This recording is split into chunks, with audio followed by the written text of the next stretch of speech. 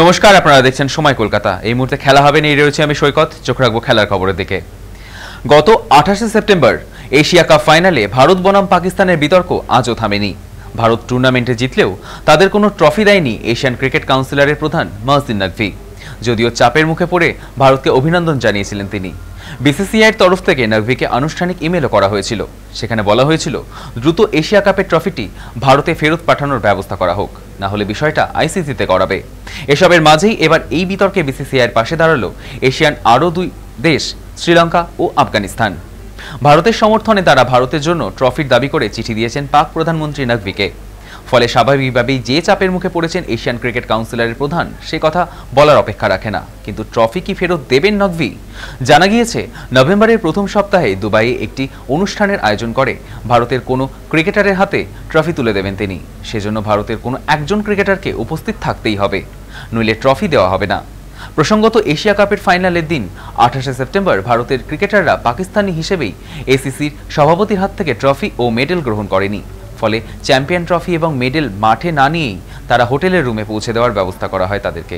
আর এই ঘটনায় নিয়ে দানা বাঁধে বিতর্ক।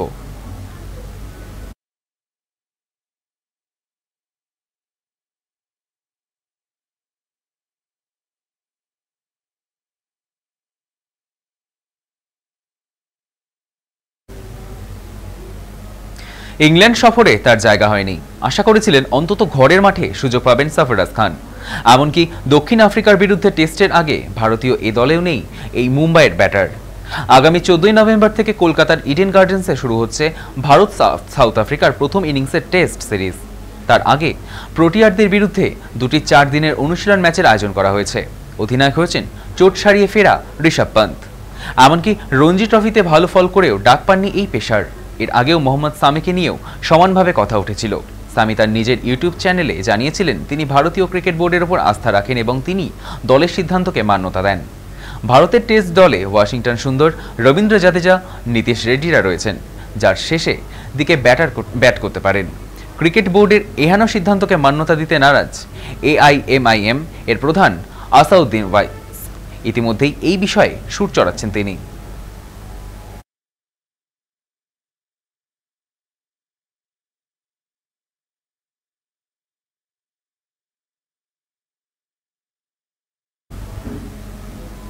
প্রথমে বাংলাদেশ, তারপর পাকিস্তান। চলতে থাকা মহিলা বিশ্বকাপ থেকে বিদায় নিল পাকিস্তান। মঙ্গলবার কলম্বে বৃষ্টিবিঘ্নিত ম্যাচে পাকিস্তান হেরে গেল 150 রানে। শুরু থেকে এক আগ্রাসী নীতি দেখায় যায় প্রোটিয়া ব্যাটারদের মধ্যে।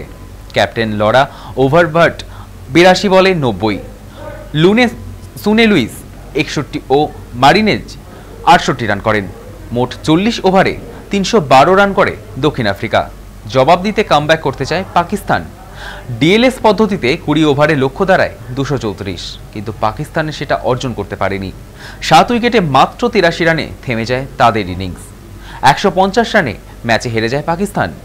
চলতে থাকা মহিলা বিশ্বকাপের মোট 6টিতে জিততে পারেনি পাকিস্তান। একের পর এক দেশ যেমন ভারত, অস্ট্রেলিয়া ও দক্ষিণ আফ্রিকার কাছে হেরেছে তারা। দক্ষিণ আফ্রিকার কাছে ম্যাচে হেরে পাকিস্তান ক্যাপ্টেন ফতিমা সানা স্বীকার করে নেন তিনি নিজেদের দলের অক্ষমতার কথা। তিনি বলেন, বৃষ্টি হওয়ার ফলে পাক বোলাররা ভালো লেন্থ এবং ভালো ম্যাচ খেলতে পারেননি। অন্যদিকে এই ম্যাচ জিতে টেবিলের শীর্ষে চলে গেল দক্ষিণ আফ্রিকা।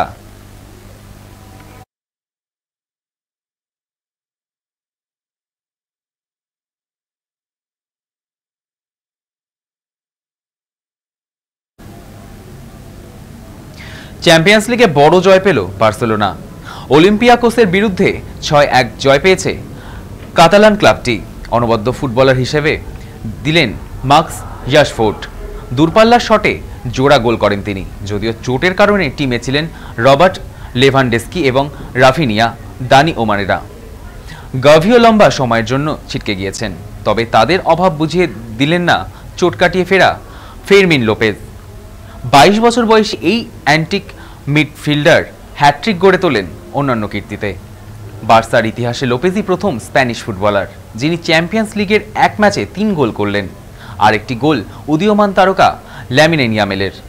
এতেই গ্রিসের সফলতম ক্লাব অলিম্পিয়াকোসকে 6-1 গোলে বিধ্বস্ত করল বার্সা। বর্তমান চ্যাম্পিয়ন পিএসজির বিপক্ষে আগের ম্যাচে হার থেকে শিক্ষা নিয়ে দারুণভাবে ঘুরে দাঁড়ায় হাস্কি ফ্লিকের দল। এই জয়ের মরশুমে প্রথম এলো ক্লাসিকোর আগে রিয়াল মাদ্রিদকে বার্তা দিয়ে রাখল বার্সা।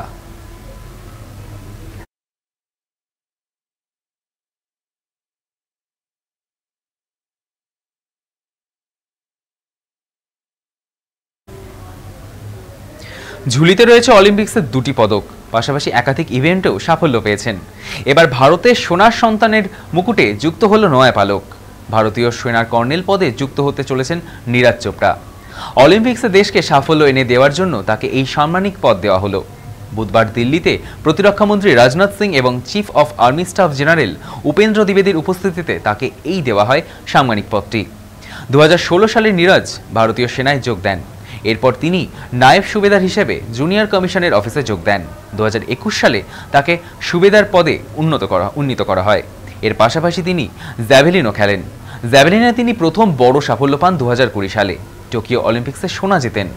এরপর 2022 সালে তাকে ভারতীয় সেনার পক্ষ থেকে পরম বিশিষ্ট সেবা মেডেল দেওয়া হয়। নীরাজের ঝুলিতে রয়েছে অর্জুন পুরস্কার। 2018 সালে তিনি অর্জুন পুরস্কার পান। 2021 সালে তিনি খেলা রত্ন পান। নিঃসন্দেহে এটি ভারতের সোনার সন্তানের জন্য একটি সাফল্যের চাবিকাঠি।